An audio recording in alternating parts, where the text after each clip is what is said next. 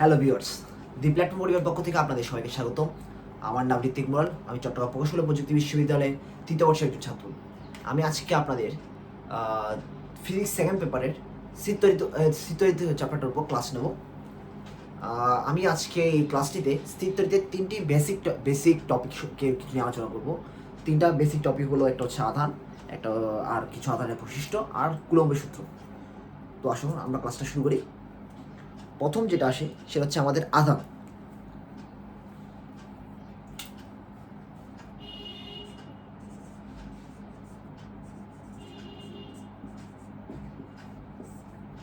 আমাদের আমাদের টেক্সট বুকে আধানের যে সংখ্যাটা আছে সেই সংখ্যাটা আমি লিখতে গেলে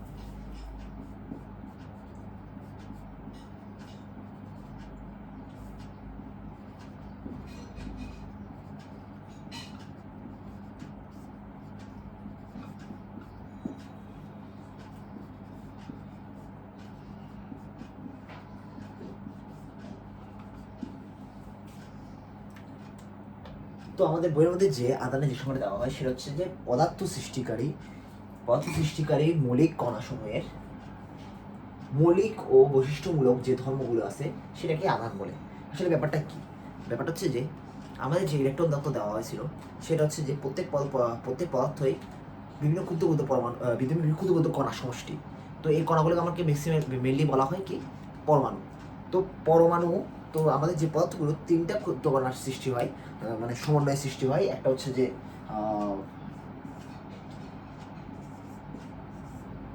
ইলেকট্রন, দুই নম্বর হচ্ছে যে প্রোটন,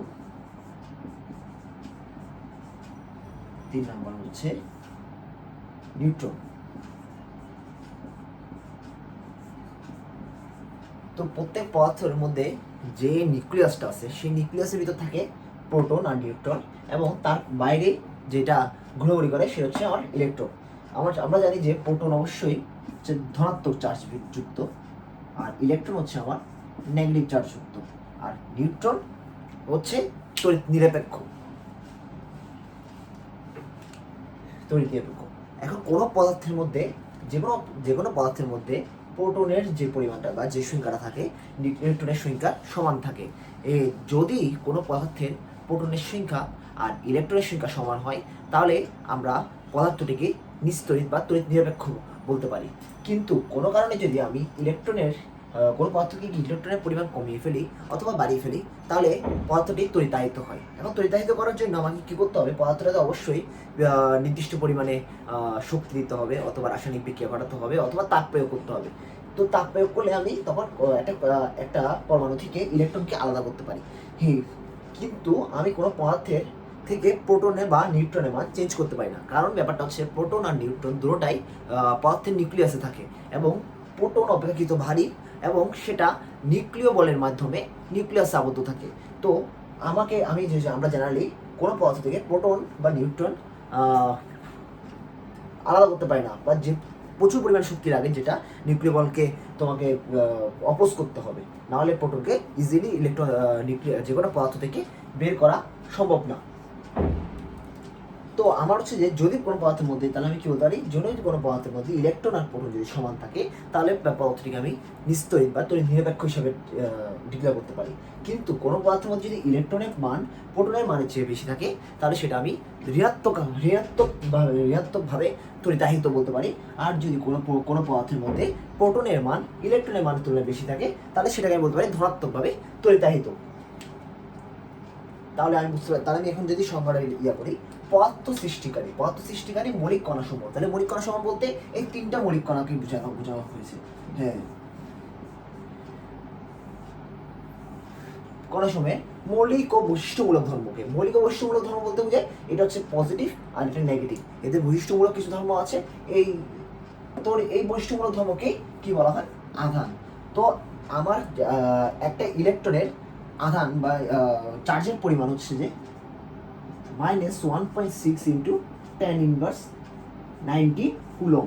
আবার একটা প্রোটনের, যেহেতু ইলেকট্রনের চার্জ আর প্রোটনের চার্জ সমান, সেজন্য একটা প্রোটনের চার্জ হবে 1.6 ইন্টু 10⁻90 কুলম। কিন্তু এটা যেহেতু মাইনাস চার্জ, সেহেতু তার আগে একটা মাইনাস চিহ্ন বসবে।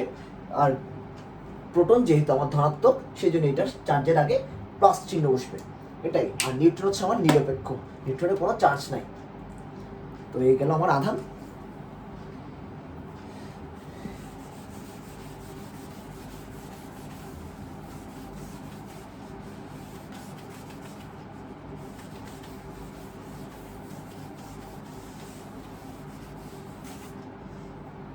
এরপর চিত্রিতের একটা আমাদের যে কোনো পরীক্ষার মধ্যে একটা অনুধাবনমূলক প্রশ্ন আসতে পারে, সেটা হচ্ছে যে আধানের কোয়ারেন্টাইন ব্যাপারটা কি। তো এটা আমরা আলোচনা করব।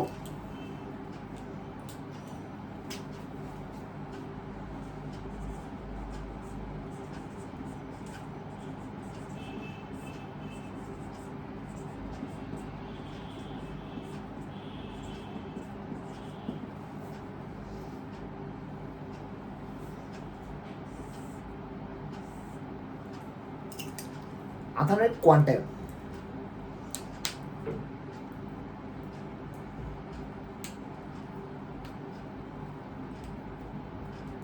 আধানের কোয়ান্টাইনের ব্যাপারটা যে বইয়ের মধ্যে যে সংখ্যাটা দেওয়া আছে, আধানের কোয়ান্টাইন হচ্ছে যে কোনো বস্তুতে আধানের মান নিরবিচ্ছিন্ন হতে পারবে না, অবশ্যই তা ইলেকট্রনের পূর্ণ গুণিতক আকারে পাওয়া সম্ভব। তাহলে একেই আধানের কোয়ান্টাইন বলে। যদি আমি সংখ্যাটা একবার লিখি, তাহলে ব্যাপারটা কি আসে? কোনো বস্তুতে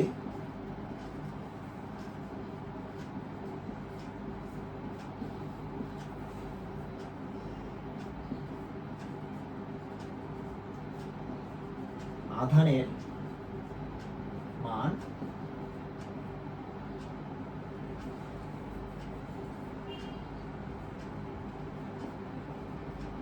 নিরবিচ্ছিন্ন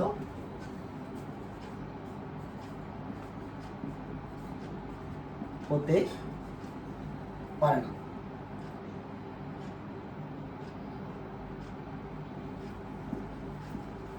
আধান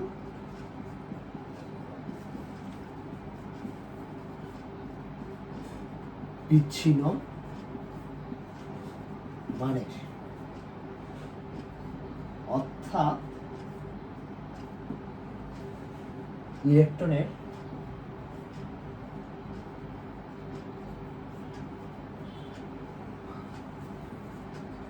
আধানের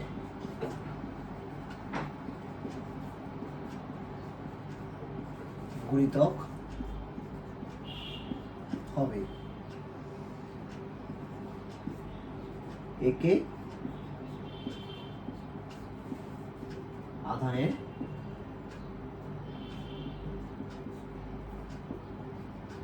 কোয়ান্টাইন বলে। আমাদের বইয়ের মধ্যে যে সংখ্যাটা দেওয়া আছে আধানের কোয়ান্টাইনের, সেটা হচ্ছে যে কোনো বস্তুতে আধানের মান নিরবিচ্ছিন্ন হতে পারে না, আধান বিচ্ছিন্ন মানের, অর্থাৎ ইলেকট্রনের আধানের গুণিতক হবে। একে আধানের কোয়ান্টাইন বলে।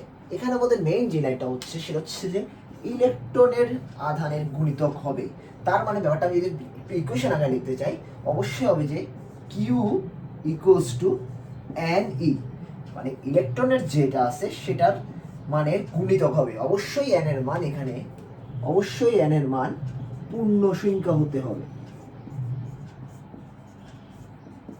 অবশ্যই এন এর মান এখানে পূর্ণ সংখ্যা হতে হবে, অর্থাৎ এন এর মান কোনো ভগ্নাংশ আকারে হতে পারবে না। আসলে ব্যাপারটা কেন হয়, মানে হচ্ছে যে আমি যদি যেটা জিনিসটা বলা হয়, যদি আমরা যে চিন্তা করি আধানের নিত্যতা থেকে আমরা যে ব্যাপারটা জানতে পারি, আধানের কোনো ধ্বংস হয় না, আধানের কোনো সৃষ্টি হয় না। আধান মূলত তোমার এক জায়গা থেকে আরেক জায়গায় স্থানান্তরিত হয়। ব্যাপারটা যদি আমি বলি, কাঁচ নল, আমি যদি একটু উদাহরণ চিন্তা করি, একটা কাঁচ নল আর রেশমি কাপড়কে যদি আমি ঘর্ষণ দিই, তাহলে এখানে ব্যাপারটা আসলে কি, কাঁচ নলের ধনাত্মক আধানটা রেশমি কাপড়ে স্থানান্তর হয়। তার মানে হচ্ছে যে ব্যাপারটা হচ্ছে যে যদি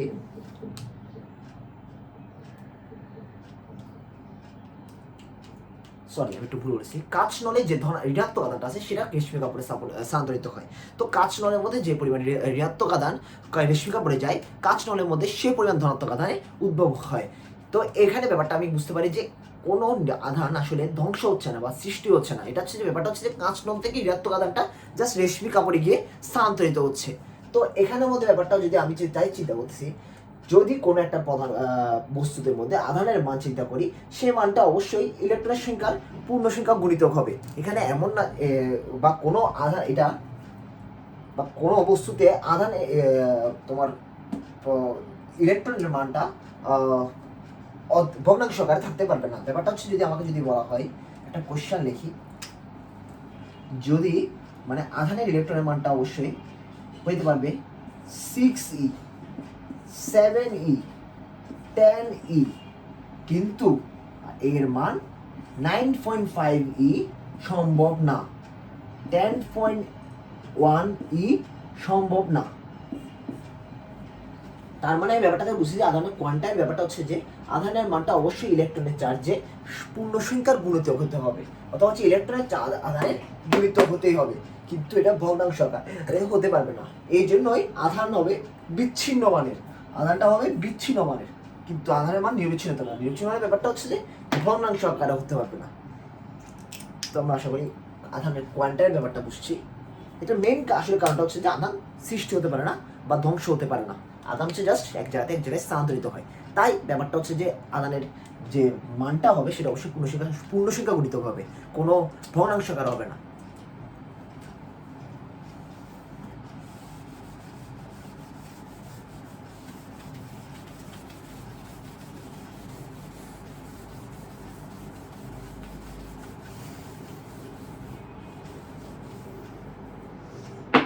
এরপর আমরা যেটা আসি সেটা হচ্ছে আমাদের খুব ইম্পর্টেন্ট টপিক, সেটা হচ্ছে আমার কুলম্বের সূত্র।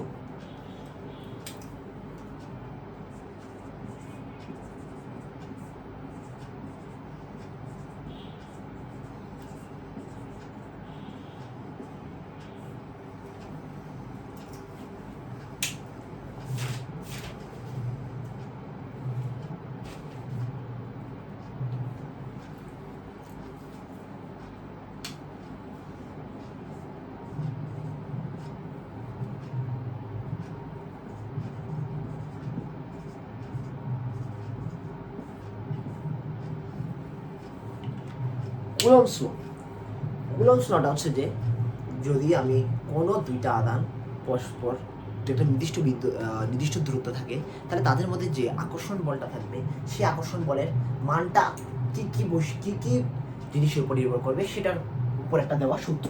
তো আমি সূত্রটা প্রথমে লিখি, তারপর আমি এক্সপ্লেন করবো আসলে ব্যাপারটা কি।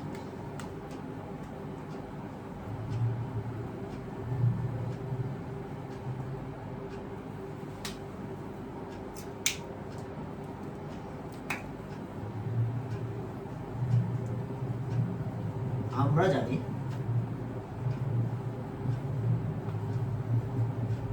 দুটি সমজাতীয়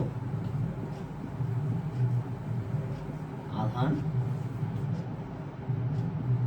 পরস্পরকে বিকর্ষণ করে এবং দুটি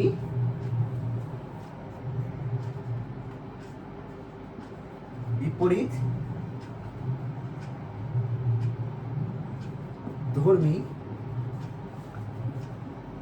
আধান পরস্পরকে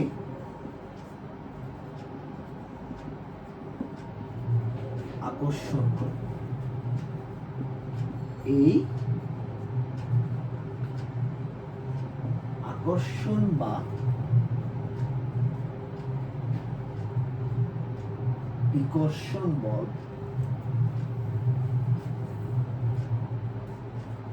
নির্ভর করে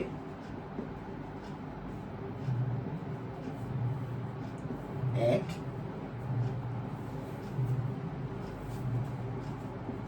আধান দুটির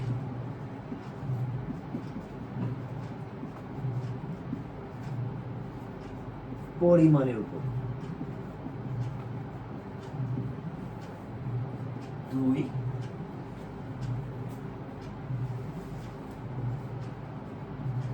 আধান দুটি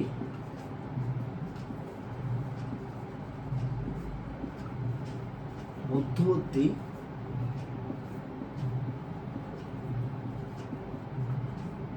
দূরত্বের উপর। তিন আধান দুটির পরিপার্শ্বের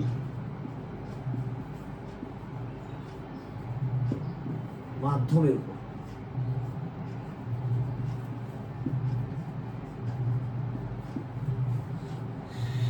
এই তিনটা ক্রাইটেরিয়ার উপর আমার দুইটি আধানের আকর্ষণ বল বা বিকর্ষণ বল নির্ভর করে।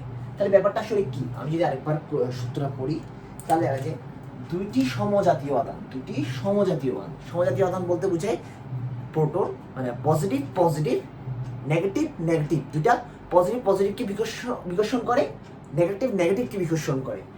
সমজাতীয় আধান পরস্পরকে বিকর্ষণ করে, আবার দুটি বিপরীতধর্মী আধান পরস্পরকে আকর্ষণ করে। পজিটিভ নেগেটিভকে আকর্ষণ করে, নেগেটিভ পজিটিভকে আকর্ষণ করে।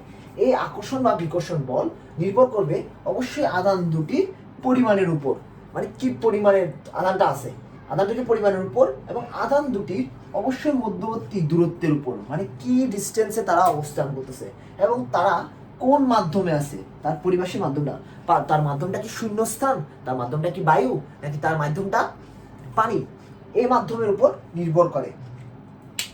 তাহলে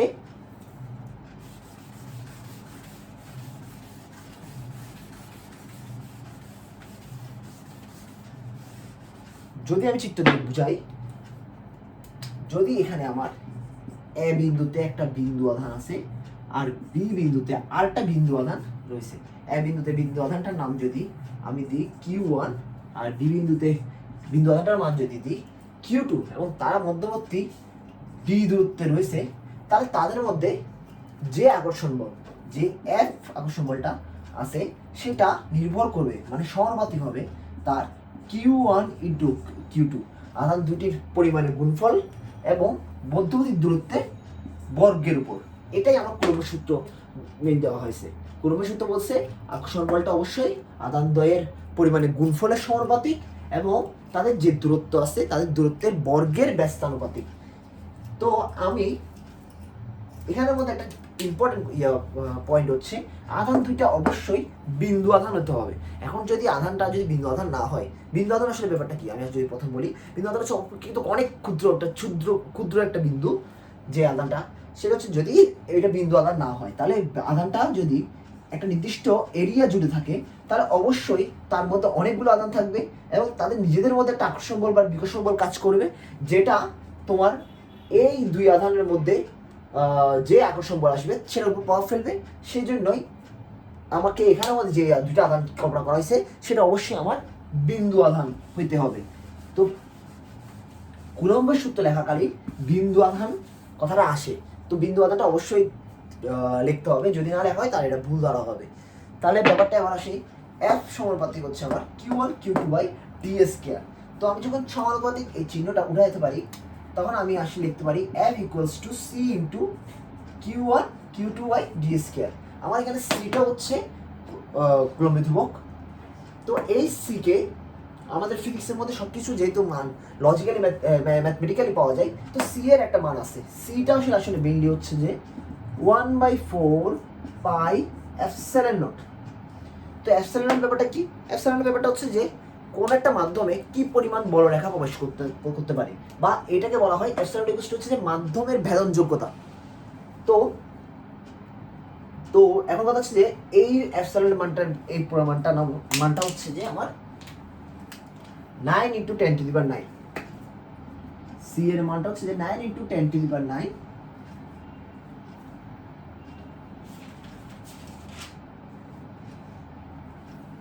Newton metre inverse two coulomb inverse two, sorry metre square coulomb inverse two, এটা হচ্ছে যে আমার কুলমের ধ্রুবক সি এর মান। তো এখন এখান থেকে যদি আমি, যেহেতু আমি 4 পাই এর মান জানি, এপসাইলন নট যেটা আমার মাধ্যমের ভেদন যোগ্যতা, এটার মানটা বের করতে পারি 8.854 into tan inverse 12 C square newton inverse 1 metre inverse 2। তাহলে আমরা এখানের মধ্যে এই মানগুলো ধ্রুবক মান, সেগুলো মানগুলো দেওয়া থাকে, মানে ক্যালকুলেশন করে পাওয়া যায়। তো সি ইকুয়াল টু হচ্ছে 1/4 পাই এপসাইলন নট, যেটার মান হচ্ছে যে 9 ইন্টু 10⁹, আর এপসাইলন নটের মান হচ্ছে যে 8.854 into 10⁻12 C square newton inverse 1 metre inverse 2। তাহলে আমি এই যে আকর্ষণ বলটা সেটা অবশ্যই লিখতে পারি F equals two 1/4 pi epsilon not Q1 Q2/d square. এখানে একটা জিনিস খেয়াল করতে হবে, আমার এই যে এপসাইলন নট, এটা হচ্ছে মাধ্যমের, কোন মাধ্যমে, যেহেতু নট ইউজ করছি সেটা আসলে বোঝায় শূন্য স্থানে মাধ্যমে ভেদন যোগ্যতা, শূন্য স্থানের মাধ্যমে ভেদন যোগ্যতা। তো তো এখানে আমাদের যে 1/4 পাই এপসাইলন নট ইউজ করছি, সেই এপসাইলন দ্বারা আসলে শূন্য স্থানটা বোঝাচ্ছে। তো আজকে পর্যন্ত আমি এতটুকু পর্যন্ত ক্লাস। পরবর্তী ক্লাসে আমরা কুলম্বের সূত্রের উপর কিছু ম্যাথ এক্সাম্পল ট্রাই করব। আশা করি সবাই ভালো থাকবে। আর ক্লাসটা অবশ্যই যদি পছন্দ হয় তাহলে অবশ্যই লাইক বাটন, আর কোনো যদি সমস্যা থাকে অবশ্যই কমেন্টে আমাদের জানাবে।